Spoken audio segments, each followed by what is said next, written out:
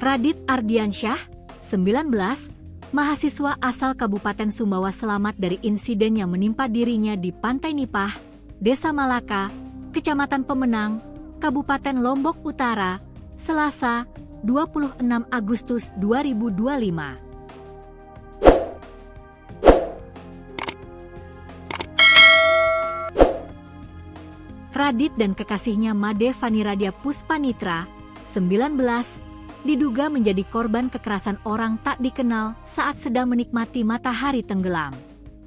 Radit mengalami luka serius di bagian wajah dan sekujur tubuhnya, sementara Puspita meninggal dunia.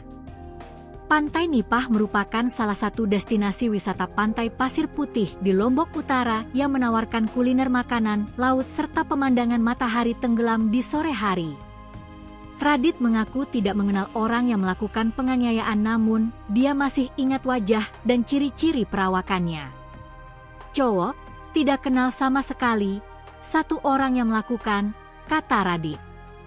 Remaja asal Sumbawa ini mengatakan, saat ia duduk bersama pacarnya tiba-tiba pelaku muncul dari belakang dengan membawa sebilah bambu. Sebelum memukul Radit sempat ditanya tujuannya di sana. "Saya jawab, kami tidak ngapa-ngapain di sini, periksa saja tas kami Pak, jajan doang isinya," kata Radit mengingat percakapannya dengan pelaku. Radit mengaku saat itu kondisinya sudah gelap, pelaku sempat menanyakan kepada keduanya alasan belum pulang.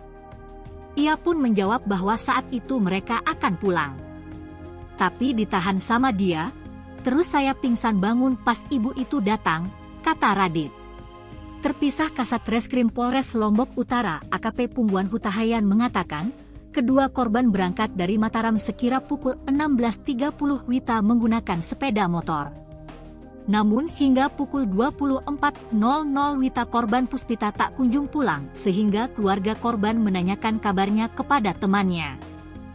Keluarga korban, Puspita, mengetahui posisi korban berada di sekitar Pantai Nipah. Pihak keluarga langsung menuju lokasi untuk melakukan pencarian, kata Pungguan melalui keterangan tertulisnya, Rabu, 27 Agustus 2025. Sekira pukul 01.30 WITA, Radit ditemukan keluarga Puspita dalam kondisi tidak sadarkan diri di sekitar tempat kejadian perkara, TKP, dan langsung dibawa ke Puskesmas Nipah. Sementara korban Puspita ditemukan sekira pukul 6.30 WITA dalam kondisi meninggal dunia di lokasi yang sama dalam keadaan telungkup.